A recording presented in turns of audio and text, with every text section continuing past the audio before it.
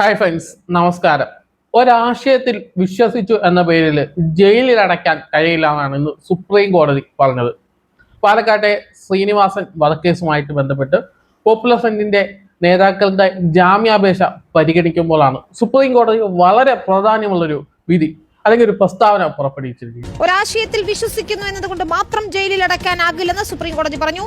നമുക്കറിയാം, നമ്മുടെ ഭാരതത്തിലെ ജയിലിൽ അല്ലെങ്കിൽ നമ്മുടെ ഇന്ത്യയുടെ ജയിലിൽ ഒരുപാട് ആളുകൾ തടവിൽ കിടപ്പുണ്ട്. വിവിധ കാരണങ്ങൾ കൊണ്ട് NIA തീവ്രവാദ സ്വഭാവം പറയുന്നുണ്ട്, നക്സൽ സ്വഭാവം പറയുന്നുണ്ട്, മാവോയിസ്റ്റ് സ്വഭാവം പറയുന്നുണ്ട്. അങ്ങനെ പല കേസുകൾ രാജ്യസുരക്ഷയുമായിട്ട് ബന്ധപ്പെട്ട് പല ആളുകളെ അറസ്റ്റ് ചെയ്തിട്ടുണ്ട്.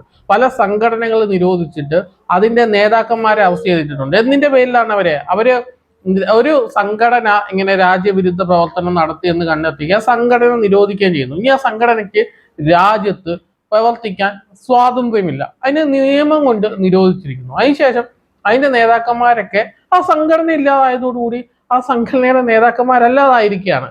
അവരെ പിന്നെ ജയിലിലിട്ട് എന്താണ് തെളിയിക്കാൻ ശ്രമിക്കുന്നതെന്ന് പല ആക്ടിവിസ്റ്റുകളും മാധ്യമപ്രവർത്തകരും ഒക്കെ ചോദിച്ചതാണ്. ശരിക്കും ഇങ്ങനെ അറസ്റ്റ് ചെയ്യുന്നതുകൊണ്ട് ഇത്തരം മൂവ്മെന്റുകൾ ഇനി ഉണ്ടാവരുത്, അല്ലെങ്കിൽ നിങ്ങൾ ഇത്തരം ആളുകൾ ഇനി സംഘടിക്കരുത് എന്നൊരു സന്ദേശം കൊടുക്കൽ മാത്രമാണ് ഇതുകൊണ്ട് ഉണ്ടാകുന്നതെന്ന് പല നിരീക്ഷകരും ഇതിനകം തന്നെ പറഞ്ഞിട്ടുണ്ട്.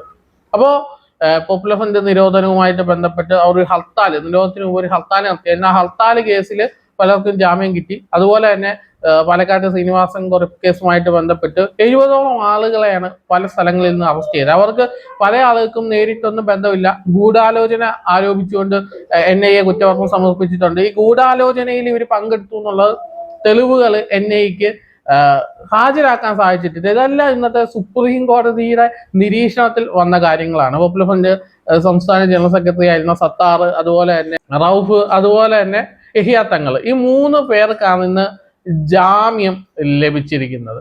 അതുപോലെ തന്നെ കഴിഞ്ഞ ദിവസങ്ങളിലും പല ആളുകൾക്കും ജാമ്യം ലഭിച്ചു. അതോടെ NIA കൊടുത്തിരിക്കുന്ന കേസിൽ പല ആളുകൾക്കും ജാമ്യം ലഭിച്ചിരിക്കുകയാണ്. കാരണം NIAക്ക് കുറ്റപത്രം സമർപ്പിക്കുന്നതിന്റെ അപ്പുറത്തേക്ക് കുറ്റപത്രത്തിൽ പറഞ്ഞ തെളിവുകൾ കൃത്യമായിട്ട് ഹാജരാക്കാൻ സാധിക്കുന്നില്ല എന്നുള്ളതാണ് വസ്തുത. നമ്മൾ ആദ്യം പറഞ്ഞ വിഷയത്തിലേക്ക് വരികയാണ്. ഒരു സംഘടന നിരോധിക്കുന്നു, നിരോധനത്തിന് ശേഷം സംഘടന ഇല്ലാതാവുന്നു. അതുമായിട്ട് ബന്ധപ്പെട്ട് മുൻപ് പ്രവർത്തിച്ചവരെയും ഇപ്പൊ പ്രവർത്തിക്കുന്നവരെയൊക്കെ ചില ആളുകളെ ടാർഗറ്റ് ചെയ്ത് അറസ്റ്റ് ചെയ്യുന്നു, ജയിലിലാക്കുന്നു.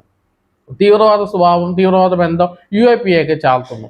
അതിനുശേഷം ഇവരെല്ലാം നിശബ്ദരാകുന്നു, അതിന്റെ അണികൾ നിശബ്ദരാകുന്നു, ആ സംഘടന പ്രവർത്തനം ഇല്ലാതാകുന്നു, കുറെ നേതാക്കൾ ജയിലിൽ കിടക്കുന്നു. ഇതുകൊണ്ട് എന്ത് നേട്ടമാണ് ഉണ്ടാവുന്നത് എന്നുള്ളതാണ് പല ആളുകളും ചോദിച്ചിട്ടുള്ളത്. അപ്പോൾ ഇതിനൊക്കെ ഒരു ഉത്തരമേ ഉള്ളൂ. ഇത്തരം മൂവ്മെന്റുകൾ ഇനി ഉണ്ടാകരുത്, ഇത്തരം ആളുകൾ ഇനി സംഘടിക്കരുത്. ഇങ്ങനെ സംഘടിക്കുകയാണെങ്കിൽ ഇതാണ് നിങ്ങൾക്ക് ഭരണകൂടം കാത്തു വെച്ചിരിക്കുന്നത് എന്നുള്ളതാണ് ഇതിലൂടെ അവര് അർത്ഥമാക്കാൻ ശ്രമിക്കുന്നത്. അതുപോലെ തന്നെ ഈ കോടതി വിധി, അപ്പോൾ ഇത് എല്ലാ മാധ്യമങ്ങളും ചർച്ച ചെയ്യുന്നുണ്ട്. അപ്പോൾ നമ്മൾ മനസ്സിലാക്കേണ്ടത്, രാജ്യത്ത് ഭരണകൂടത്തിനെതിരെ ശബ്ദിക്കുകയാണെങ്കിൽ ഭരണകൂടം പലവിധ കേസുകളിൽ നമ്മളകപ്പെട്ടിയാൽ, ഇപ്പൊ EDയുടെ കാര്യം പറയുന്നു. ED ഒക്കെ പല ആളുകളെ, ഇപ്പൊ CPMന്റെ തന്നെ പല നേതാക്കന്മാരെ ED കേസുകളിൽ കുടുക്കിയിട്ടുണ്ട്.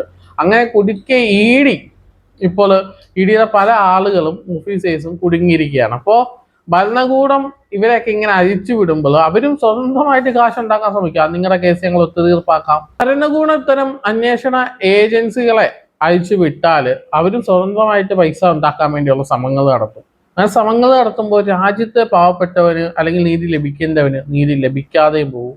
അപ്പോൾ അത്തരം നീതികളിൽ നമുക്ക് ഏക ആശ്രയം കോടതികൾ മാത്രമാണ്. കോടതികളിൽ നിന്ന് മാത്രമേ ഇത്തരം വിധികൾ നമ്മൾ പ്രതീക്ഷിക്കേണ്ടതുള്ളൂ. പലപ്പോഴും പല സമയത്തും പല ആളുകളും കോടതികളെ പോലും അവിശ്വസിക്കുന്ന ഒരു സിറ്റുവേഷനിലേക്ക് എത്തിയിട്ടുണ്ട്. എന്നാലും നിയമം നമുക്ക് തരുന്ന പരിരക്ഷയുണ്ട്. ആ പരിരക്ഷ ഇന്നല്ലെങ്കിൽ നാളെ നീതി ലഭിക്കുക തന്നെ ചെയ്യും. അതാണ് നമ്മളിപ്പോഴൊക്കെ കണ്ടുകൊണ്ടിരിക്കുന്നത്. ഇനിയും അനേകം ആളുകൾ തടവറകളിൽ കിടപ്പുണ്ട്, അവരൊക്കെ പുറത്തു വരാനുണ്ട്. നിയമത്തിന്റെ ഭാഷയിൽ സംസാരിക്കുമ്പോൾ നിരപരാധികളൊക്കെ പുറത്തു വരിക തന്നെ ചെയ്യും. അതിൽ യാതൊരു സംശയവും വേണ്ട.